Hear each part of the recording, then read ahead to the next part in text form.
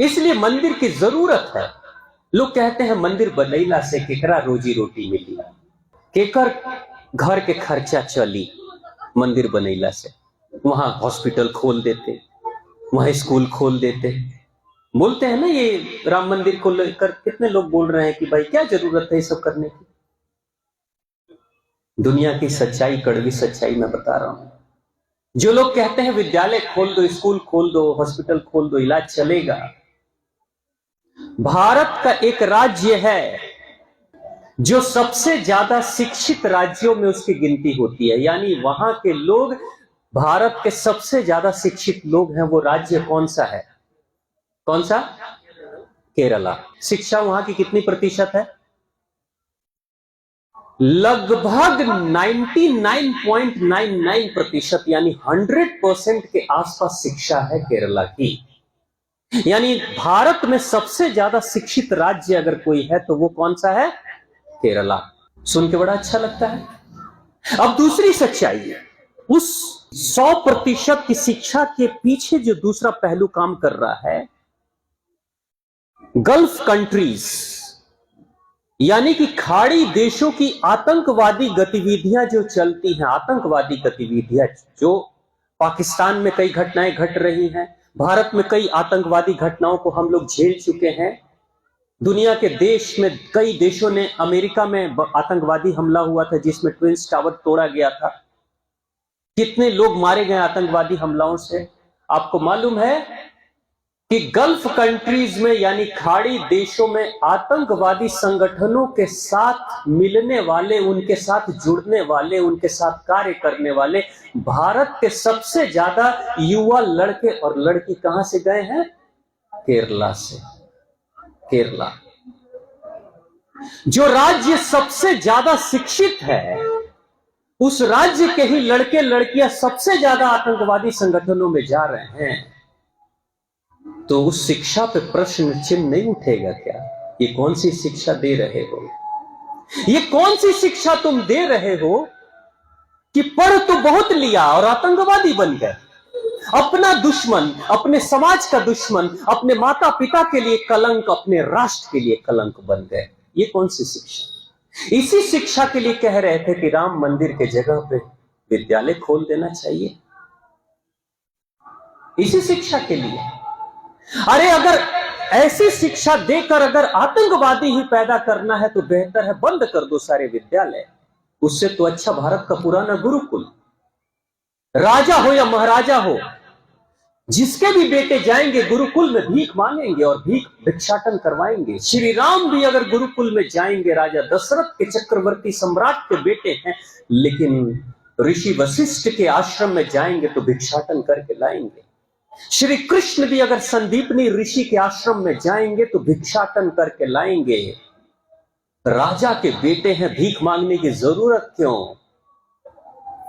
नहीं, भारत का गुरुकुल कहता था तुम राजा के बेटे होगे, लेकिन गुरुकुल में आए हो तो तुम सामान्य इंसान हो। सामान्य इंसान के रूप में तुम्हें दिखाएंगे कि अन्न की कीमत कितनी होती है। जब भीख मांग कर लाओगे ना, अगर दिन भर कोई घूमता है चिलचिलाती धूप में, कड़ाके की ठंड में, और तब जाकर उसको कुछ अनाज मिलता है भीख के रूप में, तो उससे जो भोजन बनेगा, क्या भोजन करते हुए वो बालक या बालिका कभी एक भी दाने को बर्बाद करेगा?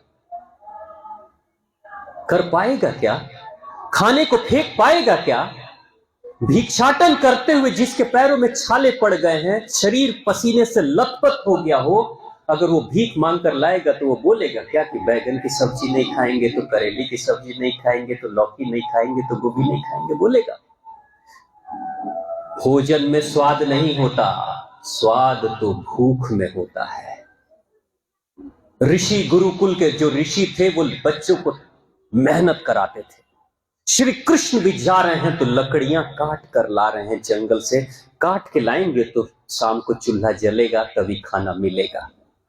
यानी बचपन से ही मेहनत करा दिया बच्चों को। बचपन से जब कोई बच्चा मेहनत करेगा, ये दान के कपड़े जब मिलेंगे शरीर पे, तो उस कपड़े को संभाल कर बच्चा रखेगा। एक ही कपड़ा किसी के पास हो या दो ही कपड़ा किसी के पास हो, तो उन 2 कपड़ों की कितनी रखवाली करेगा वो बच्चा। लेकिन जरा सोचिए कि जेकरा लगे 100 गो कपड़ा होखी, कपड़ा के कोनो महत्व हुई। यानी जितने ज्यादा सामान आपके होंगे उतना ही कम महत्व होगा, और जितना ही कम होगा, अभाव में रहेंगे तो स्वभाव बदल जाएगा आपका। आज क्या हो रहा है आज की शिक्षा पद्धति में? आज की शिक्षा पद्धति में बच्चे को स्कूल भेज रहे हैं, कौन सा स्कूल? बस भी एसी, स्कूल भी एसी, 4 तरह के ड्रेस तो हफ्ते भर में चेंज करते हैं बच्चे। हर साल किताब के पब्लिकेशन बदल जाते हैं। बड़ा भैया का किताब छोटा भाई नहीं पढ़ पाएगा, स्कूल वाले बदलवा देते हैं। ये बच्चे जब अच्छे अच्छे बड़े बड़े महल जैसे स्कूलों में पढ़ाई करके निकलते हैं, जब आईए बीए ग्रेजुएशन करते हैं, और जब अपने बाबूजी के छोटे से घर में आते हैं तो कहते हैं बेकार घर है आपका, आप तो बेकार हैं, आप किसी काम के नहीं है। वो अच्छा है। लेकिन गुरुकुल क्या कहता था? गुरुकुल कहता था कि तुमको गरीबी हम पहले ही दिखा देंगे, अभाव पहले ही दिखा देंगे। जब अभाव से अगर राजकुमार श्री राम और श्री कृष्ण भी अगर अभाव में रहकर अपने घर लौटेंगे ना, तो बाप का छोटा घर भी बड़ा अच्छा लगेगा, क्योंकि उनको मालूम है वहां जमीन पे सोना पड़ता था, उनको मालूम है वहां भिक्षाटन करके अनाज लाना पड़ता था, वहां मालूम है कि भिक्षाटन करके वस्त्र पहनना पड़ता था। यहाँ कम से कम बाबूजी का चौकी भी तो मिल रहा है, यही बहुत अच्छा है। माँ के हाथ की रोटी मिल रही, यही बहुत अच्छा है। यानी आप अगर कष्ट को झेल लोगे पहले, तो जो मिलेगा उसी के प्रति श्रद्धा से भर जाओगे। आज की शिक्षा पद्धति और गुरुकुलों की शिक्षा पद्धति में जमीन आसमान का फर्क है। तो जिन लोगों ने कहा कि राम मंदिर के जगह पर बनाना चाहिए था, स्कूल विद्यालय बनाना चाहिए था, उनको शायद मर्म नहीं पता है। केरला की कहानी जान लेंगे ना तो दोबारा नहीं बोलेंगे। और जो कहते हैं कि हॉस्पिटल बना दो, हॉस्पिटल की भी जरूरत क्या है? आप अगर अपने खान पान में बदलाव कर दो, अपनी जुबान पे कंट्रोल कर लो, दिनचर्या अपनी ठीक कर लो, तो हॉस्पिटल जाने की जरूरत ही नहीं पड़ेगी। श्री राम की कथा सुन रहे हैं तो श्री राम कौन है? सुबह के 4 साढ़े 4 बजे के आसपास उठकर तैयार होकर और अपने राज्य में निकल जाते थे।